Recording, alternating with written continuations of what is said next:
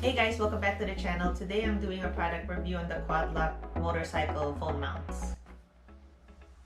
So I went ahead and bought this during Black Friday since they were having like 30% off. And I also had to buy another ball mount for my Quadlock phone mount system because my old one broke. And actually that was unexpected. I don't even think I hit it, but I did a bunch of off-roading and maybe the vibration at some point loosened it up. I don't know, but it fell off with the what do you call this, the ball thing snapped off right at the base, so I had to get another one. Anyways, I thought I was gonna get a different motorcycle mount since they do have different types. Actually, they even have it right here. Some of them are right here. So for motorcycles, they have a fork stem mount, and I'll just show you a picture of it. And then there's also a how do you say it? Just a clamp type of mount. But I found that that one is not very doesn't have that much flexibility in trying to position your phone if your handlebar has a lot of other things in it, which mine does. So for me, the best setup really is the RAM mount system. And prior to having Quadlock, I've been using this RAM mount X grip, which is okay. It's not the best because when you put your phone here, and you have to, for me, I have to use this because I don't know, when I went on a long trip before on the 701 without a windscreen, without the rubber ones, without the rubber things that lock on the corner of the screen, the phone fell off. And good thing it was sort of a remote highway, so I just pulled over and backtracked and grabbed my phone, and it was still okay to navigate. But having the rubber things on the corner of the phone, like you have to wrap it around the corner, it's hard for me to see the entire screen, and sometimes I have to click right where the rubber things is, and at the same time I'm like trying to concentrate on the road. And this one is just a more sleek design, because your phone is basically gonna be like just like this without having to have any straps around it so it doesn't fall off.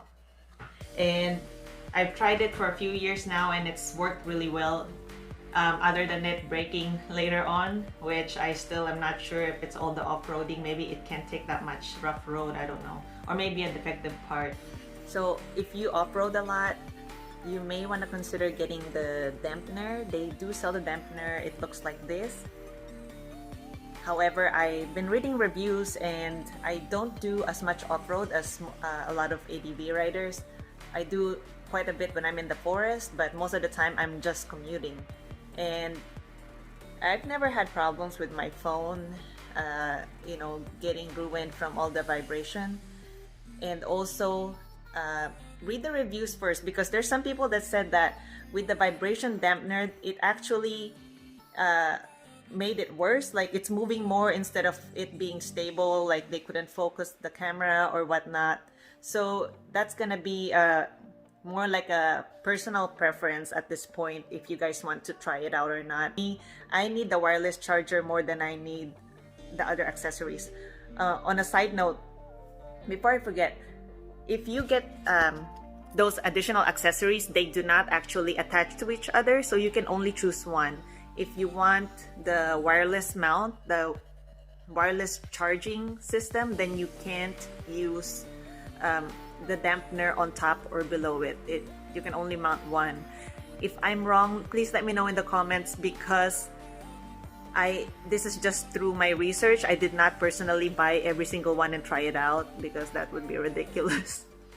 But anyways, I'm still going ahead with the same setup, because for me, that's what works the best. Especially if you guys have multiple, if you have multiple motorcycles and you don't want to have a mount for every single one, or you want something that can be easily interchangeable from this bike to that bike without having to pull out tools, then this setup would be the best, because all you have to do is undo the claw clamp and switch it to your other bike. So I'm gonna talk to you about this complete setup because this is gonna be new to me. This wireless charging device here is $75, but since I got it on Black Friday, it was 50 bucks. And the ball mount is like 30 bucks, and then of course during the sale it was less. I already took the ball mount out.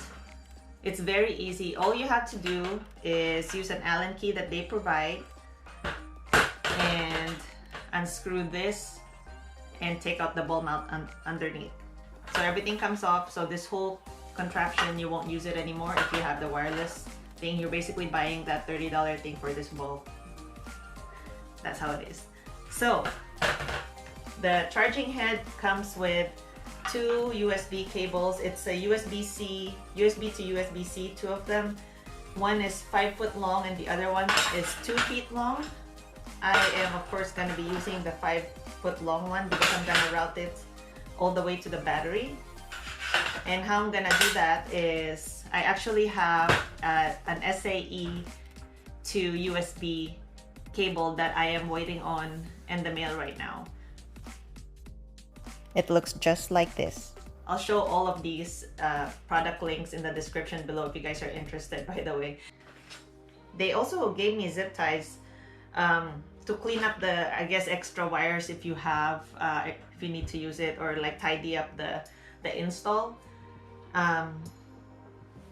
One thing to note is that this will be directly to the battery, so it's always gonna be on, but the nice thing is they do come with a power on and off switch right here.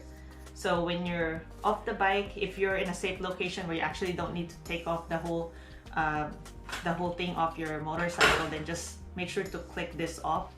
That way it doesn't drain your battery. The whole setup here is these RAM mounts, they're very interchangeable. You can use them on not just your phone mount, but if you're having you know, like for your GoPro mounts. So I actually use the same things. And I also have,